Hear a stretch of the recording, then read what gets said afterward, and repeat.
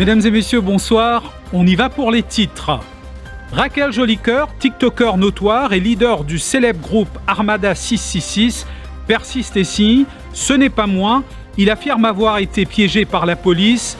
10 millions roupies d'héroïne, des explosifs, une arme à feu et des munitions avaient été saisis chez lui. Marie-Joëlle Finot a été torturée par son concubin quelques jours avant son décès. C'est ce qu'a confié le suspect Yannick Sheldon Marie lors de son interrogatoire. Le corps de cette jeune femme de 42 ans avait été retrouvé dans une fosse septique la semaine dernière. Un enfant d'1 an et demi et son père, victime d'un délit de fuite dans la capitale le 14 mai dernier. Le bébé a été projeté sur environ 5 mètres après que la voiture l'a heurté, affirme le père. Il a été admis en clinique. Le tourisme mauricien retrouvera sa vitesse de croisière et son niveau d'avant-Covid d'ici juin de l'année prochaine. Le DPM Obigadou optimiste, l'objectif d'1 million de touristes sera atteint pour 2022 et 1,3 million de touristes visiteront Maurice d'ici juin 2023. Le variant BA4 détecté à Maurice. 3 cas importés ont été recensés par le ministère de la Santé. Il s'agit de 3 Mauriciens qui sont récemment revenus d'Afrique du Sud. Et puis dans le monde, la France annonce la fin du dernier grand marqueur de la pandémie Covid-19 dans l'espace public. À partir de ce lundi, le port du masque n'est plus obligatoire dans les transports collectifs. On y va pour les détails. Raquel Jolicoeur, 26 ans, TikToker notoire, leader du groupe Armada 666, auteur de Polico Crapaud, celui qui a déferlé la chronique depuis le 2 mai dernier, quand 10 millions roupies d'héroïne, des explosifs, une arme à feu et des munitions avaient été saisis à son domicile à Rochebois. Eh bien voilà, il affirme avoir été piégé par la police. L'interrogatoire de cet homme de 26 ans a démarré depuis une semaine et se poursuit. Un exercice mené par la MCIT en présence de l'avocat du suspect.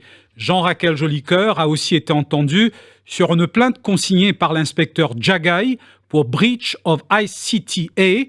Les détails avec Kevish Luximon et Didier Rose.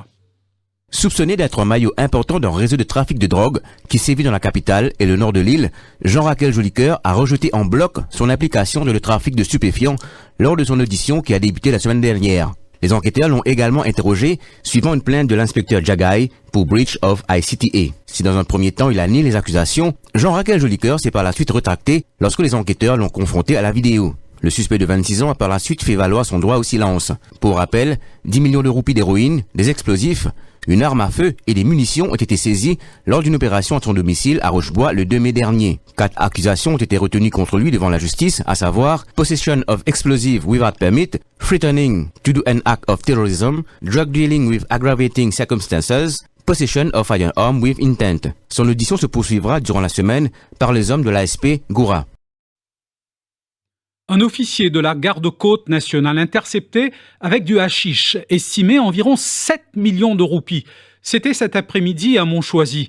Selon nos informations, il était placé sous le radar de la brigade antidrogue depuis quelque temps déjà. L'opération a été menée par les Detective Inspectors Apasami et Souba Reddy de l'Absou.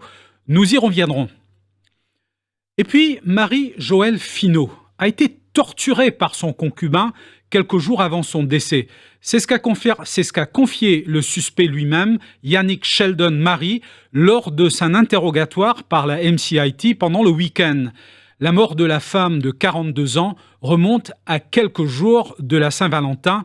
Les bagarres, coups, blessures étaient le quotidien de ce couple.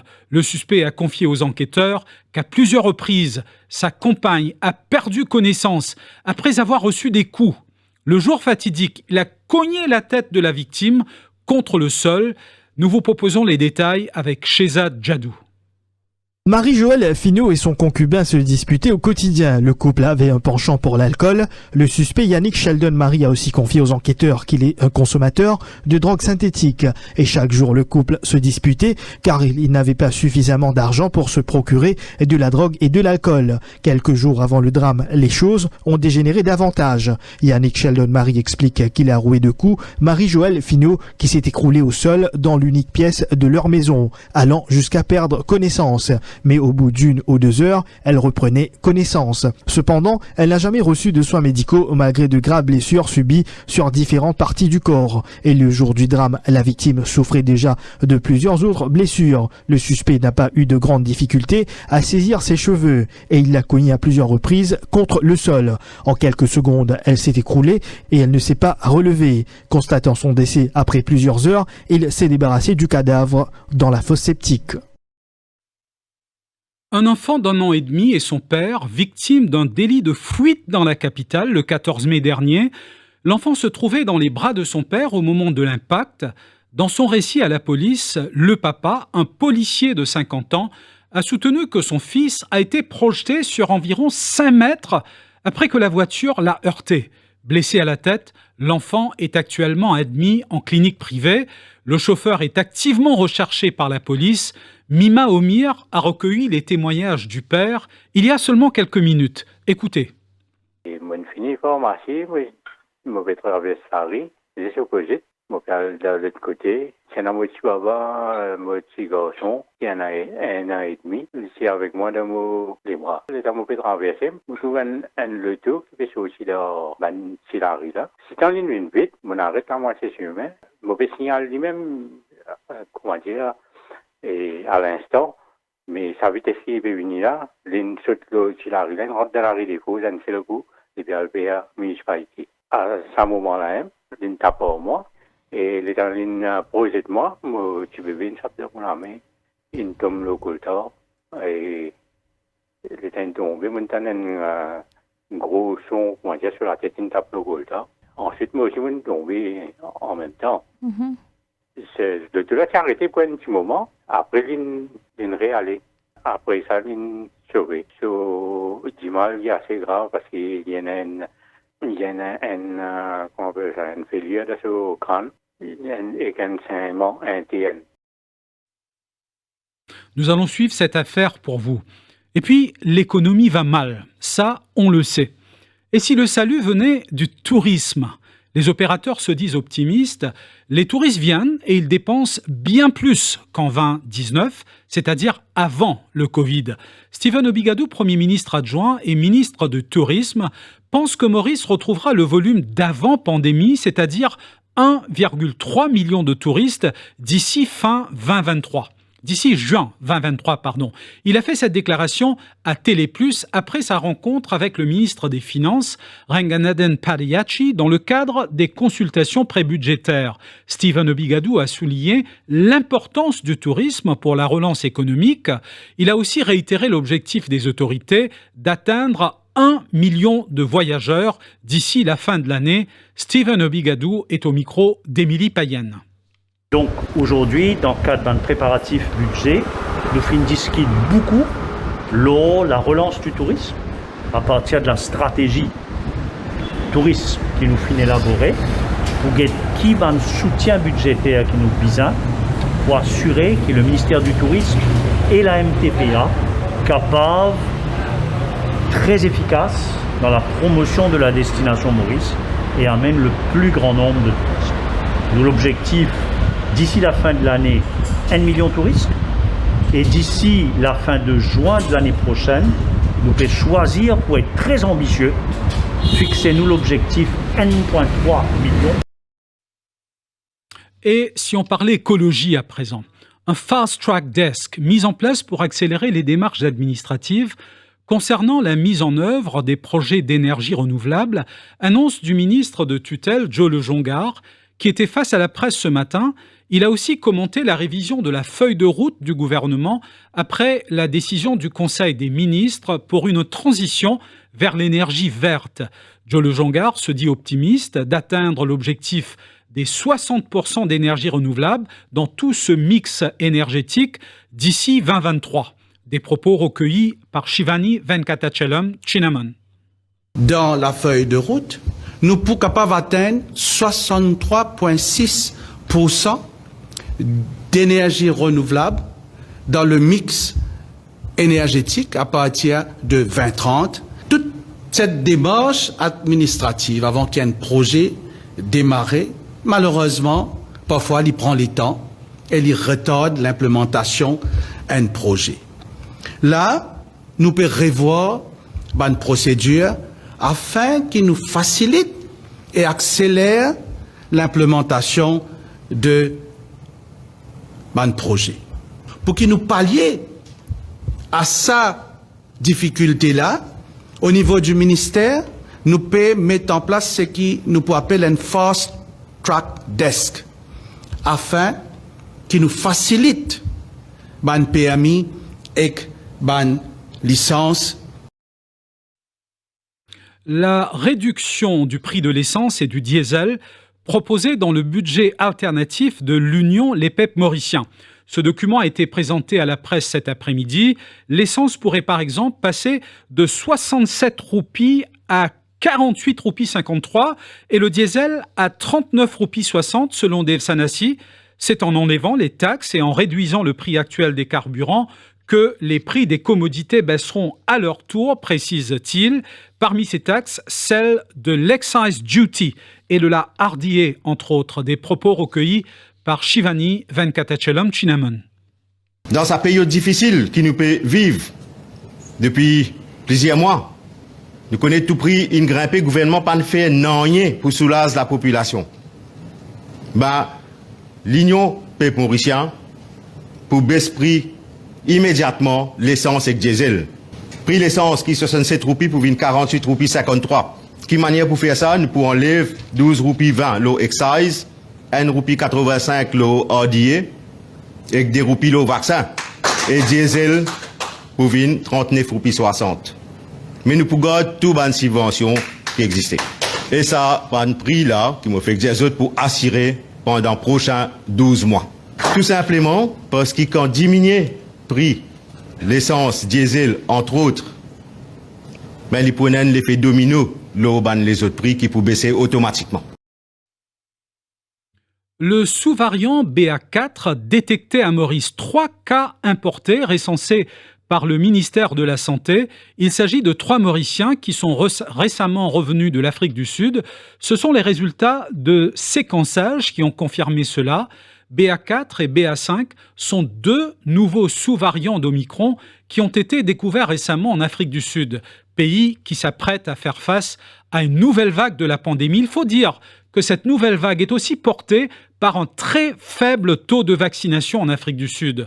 Selon le ministère de la Santé, ces 3 personnes ont été placées en isolement. Si les symptômes ne sont pas jugés inquiétants à ce stade, des dispositions ont été prises pour surveiller les vols en provenance de Johannesburg. Un reportage signé Ashna Natchedi. Les autorités sanitaires disent suivre la situation de près. Si la sévérité de ces 2 sous-variants d'Omicron n'inquiète pas les experts à ce stade, la vitesse à laquelle ces 2 souches se développent suscite l'attention des scientifiques, car elles sont à l'origine d'une nouvelle vague épidémique de la Covid-19 en Afrique du Sud. BA4 a également été détecté dans l'état voisin du Botswana ainsi que dans plusieurs pays européens, Belgique, Danemark, France, Suisse, Royaume-Uni et aux États-Unis. Quant à BA5, il a été identifié en Autriche, en France, en Allemagne, au Portugal et au Royaume-Uni, ainsi qu'aux États-Unis.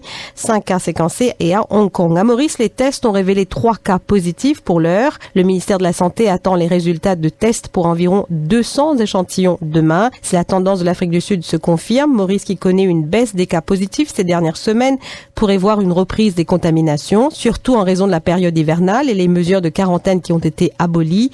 Un pic pourrait intervenir d'ici fin juin. Pour ce qui est de l'Europe, le Centre européen de prévention et de contrôle des maladies a lancé une mise en garde concernant ces 2 sous-variants d'Omicron qui pourraient rapidement devenir dominants. Il est recommandé aux autorités de chaque pays de faire preuve de prudence en utilisant toujours les tests, mais surtout le vaccin et la 2e dose de rappel chez les personnes les plus fragiles. La Mauritius Ports Authority a été épinglée dans un litige entourant le nettoyage en mer. Immersub avait entré une action en justice en 2019 après l'octroi d'un permis à une autre entreprise pour le nettoyage de la coque d'un navire sous l'eau.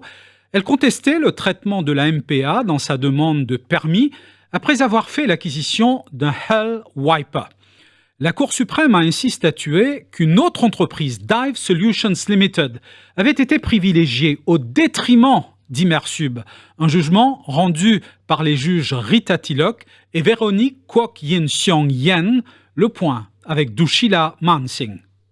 Après plus de 2 ans, la compagnie Immersub Limited a obtenu gain de cause en Cour suprême contre la MPA. En 2018, la MPA s'était engagée à octroyer une licence de 6 mois sur une base pilote à Immersub après que la compagnie avait proposé d'importer un Hull Wiper. Mais un an après, le ministère de l'Environnement a imposé une nouvelle condition qu'il ne devait y avoir aucun micro-organisme dans les affluents lors du nettoyage des coques de bateaux. Cependant, l'appareil avait déjà été importé et avait été testé en juin 2019, mais la MPA, en octobre de cette même année, annonce à Immersub qu'elle n'obtiendra aucun permis. Et dans leur jugement, les juges Tilok et Kwok Yin Seong Yen ont ordonné à la MPA de reconsidérer sa décision à l'issue de ce jugement et de traiter Immersub Limited en toute équité, car elle n'a pas été traitée de la même façon que Dive Solutions Limited et n'a pas obtenu de licence pour une période d'essai de 6 mois afin de vérifier si son Hull Wiper pouvait respecter la condition d'élimination complète des micro-organismes. Une méthode d'emballage en plastique pour éliminer les palettes en bois dans le secteur de la construction. Le groupe Coloss Cement a tenu une présentation en ce sens à Mer Rouge ce lundi. Ce nouveau système permet d'éliminer environ 700 palettes par mois, explique le directeur général Dominique Billon. Ces housses en plastique peuvent être transformées en tuyaux destinés à la construction grâce à une collaboration avec DKD Plastic Pipes et FL Smith. Dominique Billon, des propos recueillis par Christina Nélan. Nous avons mis en place le Palletless System qui va donc nous économiser l'utilisation de bois, de palettes en bois, et donc réduire notre empreinte de ce côté-là. Mais c'est aussi un prétexte aussi pour lancer notre vision aussi de la récupération de tous les déchets, y compris donc le plastique, que nous voulons absolument recycler en totalité de manière circulaire à l'île Maurice, au bénéfice de l'île Maurice, et qui ne pollue pas nos champs, nos terrains vagues, etc., comme c'est le cas actuellement. Donc, avec DKD Plastique, nous mettons en place une chaîne vraiment circulaire de récupération du plastique pour en faire des pipes qui vont être utilisés après sur l'île. Et nous passons à présent à une page de pub. Je vous retrouve tout de suite après.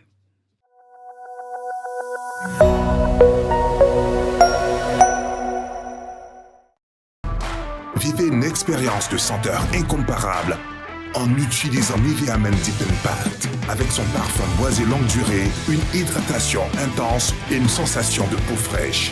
Vous êtes sûr de faire de l'effet avec Nivea Men Deep Impact. Nivea Men, ça commence avec vous.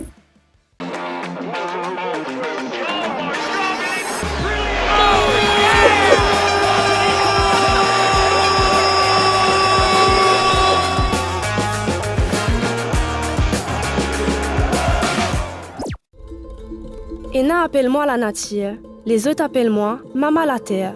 Me là depuis 4,5 milliards d'années. Zodi à cause du changement climatique, me peut trouve beaucoup de dégâts par tous côtés. Mais c'est surtout ban îles en développement, comme à Maurice et Rodrigue, qui plient en danger. République Maurice peut prendre plusieurs mesures pour protéger sa population et que l'économie contre conséquences du changement climatique et réduire émissions de gaz à effet de serre. Ou concerné, ou bien donner un coup de main pour protéger ou pays contre le changement climatique.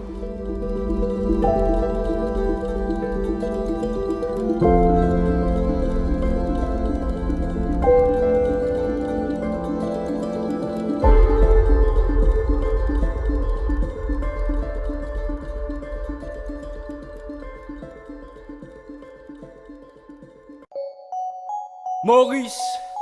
Nous l'inspiration. Faites langage, nous qu'on cause de faites bon son, nous écouter de faites l'endroit, nous guette chaque faites bon, c'est nous guette goûter. Un chess pour toi avec un esqui rouge. Un chess pour toi avec un esqui blanc. Un chess pour toi avec un esqui vert. Maurice, hey. Ta beauté inspire-moi. Maurice, oh. Oui, ta couleur inspire-moi. Maurice, hey. Ta bonne rêve inspire-moi. Maurice, nous l'inspiration. Esqui, couler à nos îles.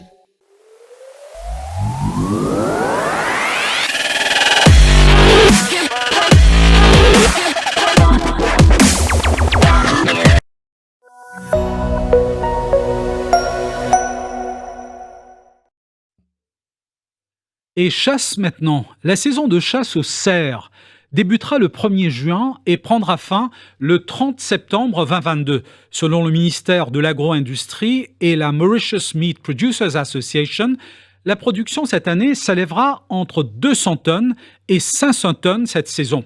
La viande de cerf est réglementée par la National Agricultural Products Regulatory Office.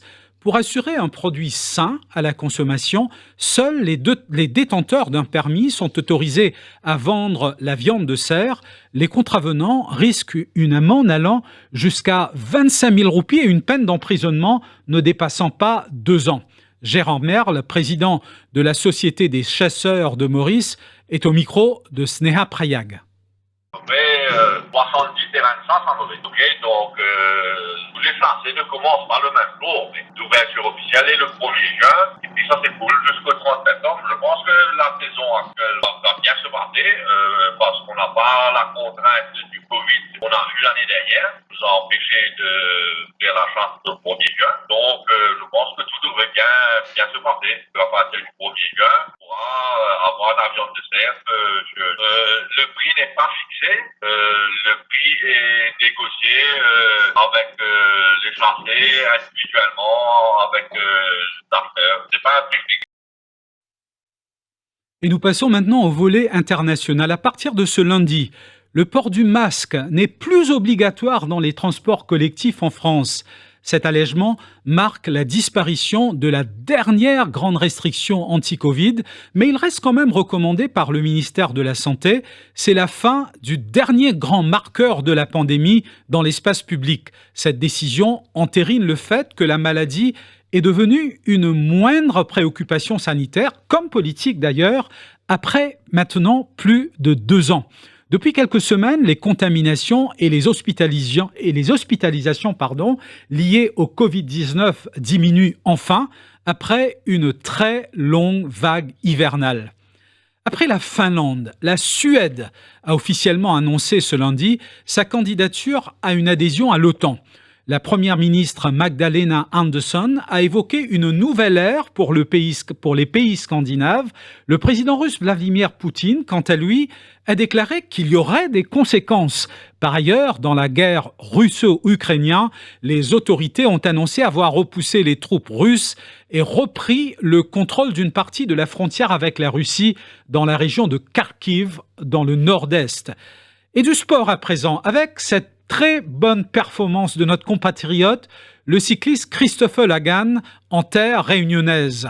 Le Mauricien a terminé 2e au classement général sur le Tour de l'Ouest, soit à 1 minute et 37 secondes du vainqueur Thomas Lang. Le sociétaire du Faucon Flac KFC Pepsi s'est illustré sur 3 des 5 étapes au programme. Nous vous proposons d'écouter son témoignage. Très content de remporter 3 étapes sur le Tour de l'Ouest et à La Réunion ici. Une petite déception pour le général, mais je me suis fait piéger un jour et on a perdu beaucoup de temps. Et donc ça c'était mal pour le général, mais je risque tout de même faire second. On a fait une belle grosse équipe et donc on rentre à la maison avec 3 victoires à l'étape. Donc c'est top. Et comme prochain objectif, il y aura les championnats de Maurice qui vont vite arriver en juin. Et puis il y a les Jeux du Commonwealth aussi en juillet, août. Et c'est aussi un gros objectif pour moi.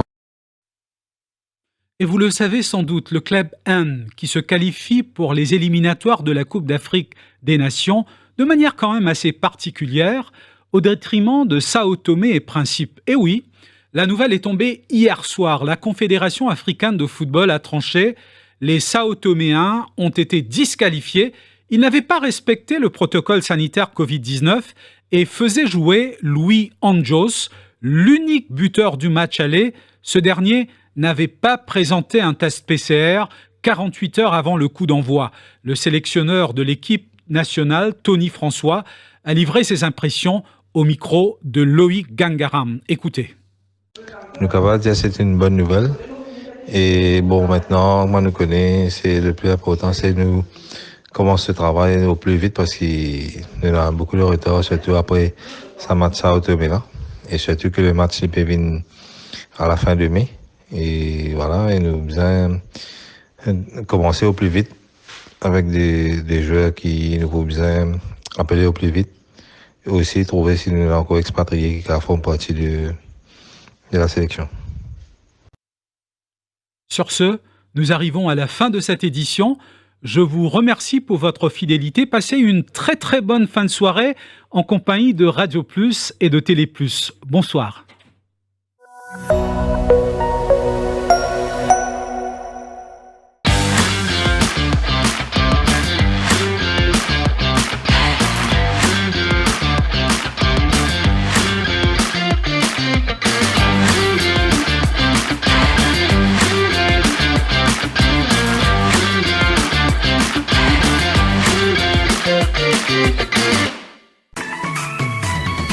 IFI Plus, ou nouveau brossier digital. Top top promo, belle seul, exoli cadeau, 10 pour. Depuis ou portable, ou tablette, ou soit ou ordinateur, nectap www.iflip.mu. Et c'est l'adresse www.iflip.mu. IFI Plus, lien service, le défi Media Group. IFI Plus, where tradition meets technology. Where tradition meets technology.